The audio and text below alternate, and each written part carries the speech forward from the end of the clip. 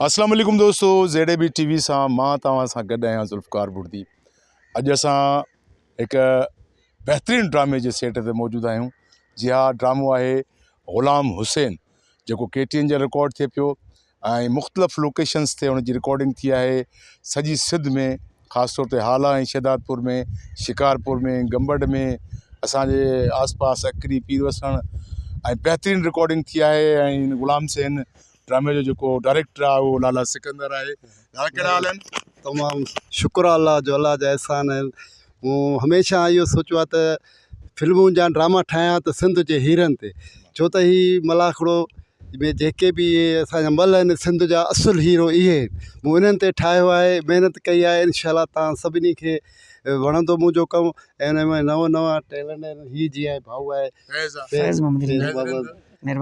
मुर्तज़ा मोहम्मद इस्माइल, ही मुंहिंजो पुराणो स्टेज जो आर्टिस्ट आहे। तमामु असांजे सिंध जो हीरो मुज़फ़र अबड़ो ऐं हिन जो पुट बि आहे।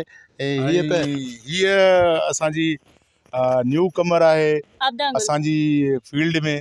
सिंधी मीडिया में हिकिड़ो नओं इज़ाफ़ो आहे, आबदा गुल। ऐं आबदा जो हवाले सां मां तव्हांखे ॿुधायां त शेरदिल फिल्म तव्हां ॾिठी हूंदी KTN ते, उन में हिन बहितरीनु किरदारु अदा कयो। ऐं आबदा जो तालुक़ु जेको आहे उहो सिंधी मीडिया जे हिकु घराणे सां आहे, छाकाणि त हिनजी हिकु मासी हुई राबिया शेख, उहा फिल्मी लाइन में जॾहिं असांजी सीरीज़ फिल्मूं ठहंदियूं, धड़ाधड़ ठहंदियूं, उन्हनि में एज़ अ हीरोइन कमु कंदी हुई। तमामु बहितरीनु आर्टिस्ट हुई, तमामु सुठी आर्टिस्ट हुई। किन सबबनि जे करे उहा फील्ड छॾे वई आहे। उनजो तसलसल आहे आबदा। ऐं सेम टू सेम जीअं राबिया जो आवाज़ु चहिरो हुयो, तीअं आबदा जो चहिरो आहे। ऐं वॾी ॻाल्हि आहे त अंदाज़ बि साॻियो ई राबिया जहिड़ो अथसि। कीअं आबदा तव्हांखे थो महसूसु थिए? ॾाढी ख़ुशी थी थिए त मतिलबु के माशाल्लाह एतिरो अलाह साईं क़ाबिल कयो जो मासी जे नाले जेतिरी अची पहुती आहियां। माशाल्लाह माशाल्लाह। कीअं शेरदिल सां गॾु हिन ग़ुलाम हुसैन में कमु कयो, त ग़ुलाम हुसैन में तव्हांजो कहिड़ो किरदारु आहे?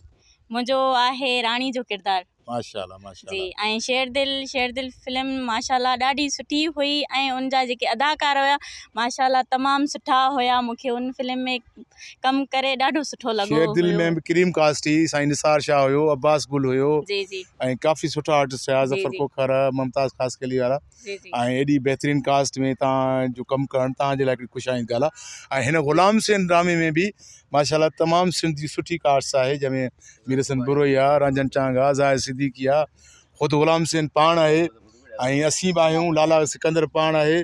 तमामु सुठो ड्रामो। एस भट्टी साहब आहे, कंहिंजा नाला खणी कंहिंजा खणा। ड्रामो हर जुमे छंछर ते KTN ते हलंदो। ऐं KTN ते जॾहिं उहो ड्रामो ग़ुलाम हुसैन हलंदो त तव्हांखे हिकिड़ो मुख़्तलिफ़ मौज़ू नज़र ईंदो, छाकाणि त रिवायती मौज़ू न आहे। सदाईं चोर धाड़ेल ऐं वॾेरे ते तनक़ीद थींदी आहे त भई अहिड़ा रुगो ड्रामा था ठाहियो जंहिंमें रुगो धाड़ेल ऐं चोर आहिनि। लाला सिकंदर जी हिकिड़ी ॿी क्वालिटी रही आहे त लाला सिकंदर सिंध जो जेको फेम आहे, जेको नाले वारो आहे, उहो चाहे गुलकार हुजे, चाहे मल पहलवान हुजे, चाहे कहिड़ी बि फील्ड में उनजो नालो आहे, उन नाले खे हू जेको आहे सो श्योर कराईंदो आहे त हिन हेॾी महिनत कई आहे नाले कमाइण लाइ, हुन छा छा न कयो आहे। जीअं मुमताज़ मौलाई हिते हिकिड़ी फिल्म ठाही, पंहिंजो पाण फिल्म ठाही हुई या मौलाई बादशाह। मौलाई बादशाह में बि मुमताज़ जो बैकग्राउंड जेको ॾेखारियो वियो हुयो।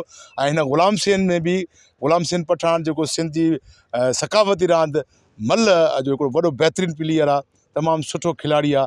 ऐं सॼी सिंध में जेके मलाखड़ा थींदा आहिनि, डिमांड थींदी आहे ग़ुलाम हुसैन पठान हुजे। ऐं ग़ुलाम हुसैन पठान जे अचण सां मलाखड़े में रौनक वधी वेंदी आहे, छाकाणि त उहो मल ॿिठो ॿठ खेॾंदो आहे ऐं वाह वाह जी खेॾंदो आहे, ऐं सुठनि पहलवाननि खे मल दसींदो आहे। इन करे ग़ुलाम हुसैन पठान जी लाइफ ते हीउ ड्रामो ठहियलु आहे। हाणे ड्रामे खे असां वाखो कोन कंदासीं, छाकाणि त ड्रामो तव्हां ॾिसंदव तॾहिं तव्हांखे ख़बर पवंदी त ग़ुलाम हुसैन पठान या को हुनजी फैमिली हिन मल में केतिरो जेको आहे कमु कयो आहे। ऐं लाला मुख़्तलिफ़ लोकेशनूं जंहिंमें सिंध में जिते बि मेला थिया आहिनि, हिकिड़ो मेलो कोन घुसायो अथई। अगड़ा में हुजे, शहदादपुर में हुजे, कोरकी में हुजे, जिते मेलो ॿुधे लालो हुते टक।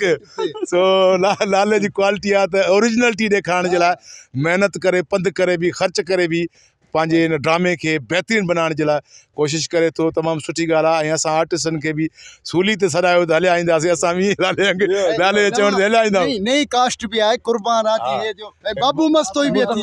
बाबू मस्तोई असांजी फिल्मी लाइन जो पुराणो नालो, असांजो डायरेक्टर ऐं मुंहिंजी जेको फिल्मी लाइन हुई उनजो स्टार्ट बाबू खां थियो हुयो।